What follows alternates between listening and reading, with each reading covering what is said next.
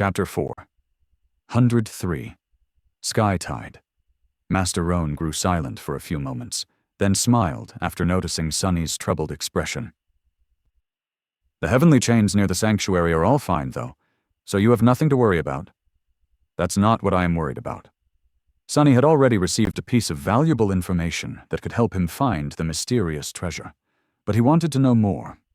Before he could ask another question, however, a sudden shadow shrouded the pavilion, the stone chateau, and the expanse of weathered stone surrounding it, as though a cloud moved across the sun, hiding it.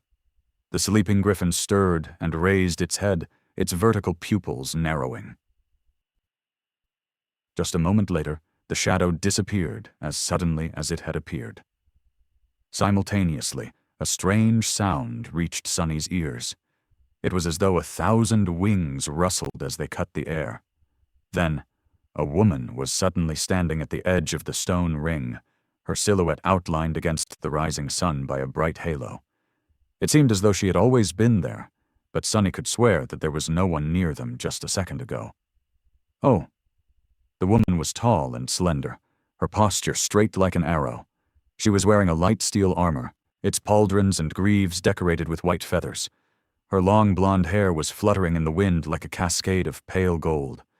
When she turned around, Sunny saw 2 piercing amber eyes staring at him, and shivered. Her face was cold and stunningly beautiful, more akin to that of a goddess than of a human being. The woman's pupils were narrow and vertical, exactly like those of the mighty griffin. The ruler of the sanctuary had returned home. Crap! With a shudder, Sunny forced himself to look away and hurriedly bowed.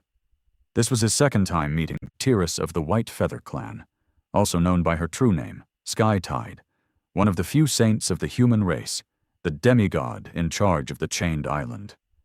Just by virtue of existing, the saint exerted a strange influence on everything that surrounded her. It was not oppressive, like the dreadful aura of Gunlaug's golden armor, just different. As if the world itself was reacting to her. The blades of grass seemed to bend slightly toward her.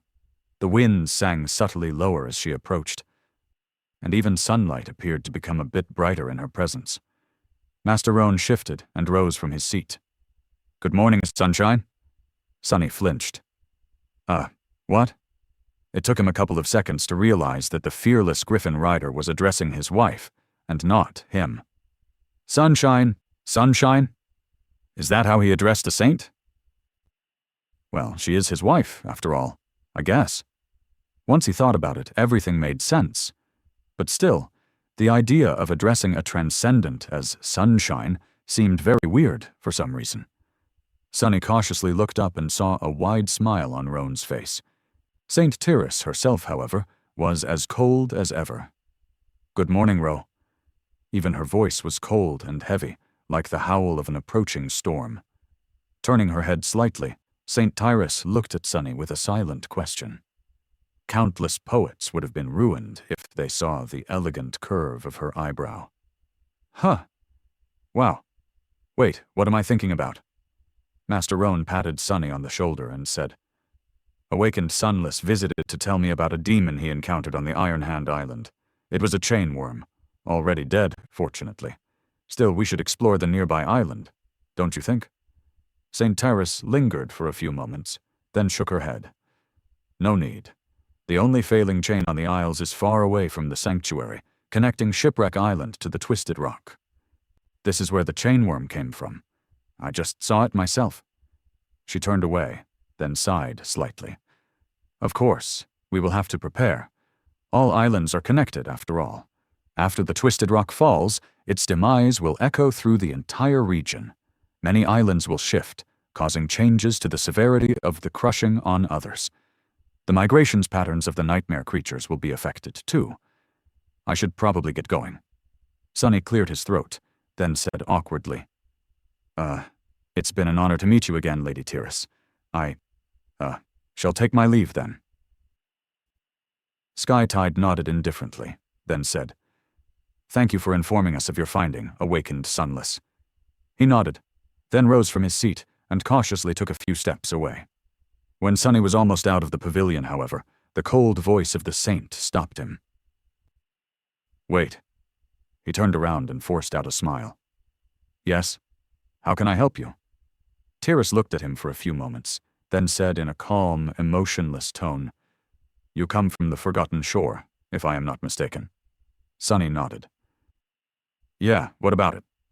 The beautiful saint lingered for a second, then asked, "Song of the Fallen. Do you know her?" "Cassie? Why bring her up?" Sunny smiled. "Yes, we've met. Why?" St. Tyrus looked at him for a few moments, then said, "Good. Song of the Fallen will be visiting the sanctuary soon. She will be glad to see a familiar face, I think." With that, Skytide turned away, letting Sunny know that he was free to go. He hesitated for a second, then walked away. As soon as neither Master Roan nor St. Tyrus could see his face, a dark expression appeared on it. "Coming to visit? What the hell is she coming here for?" Indeed, just like Sunny, Cassie had chosen Chained Isles as the region to anchor herself to. Their reason was most likely also the same: the proximity of the isles to the Hollow Mountains. Luckily, she was not a resident of the sanctuary. Sunny had no idea how the blind girl had managed it, but she somehow convinced Clan Valor to let her and her cohort anchor themselves to the second human citadel in the region, the Night Temple. While Sanctuary was closer to the southern border of the region, Night Temple was situated far to the north, almost on the outskirts of the misty death zone. For that reason, the two of them had been comfortably separated and had not seen each other even once in the past months. But now, that was about to change. Exiting the Whitefeather residence, Sunny grimaced. "Glad to see a familiar face. Hell, I doubt it."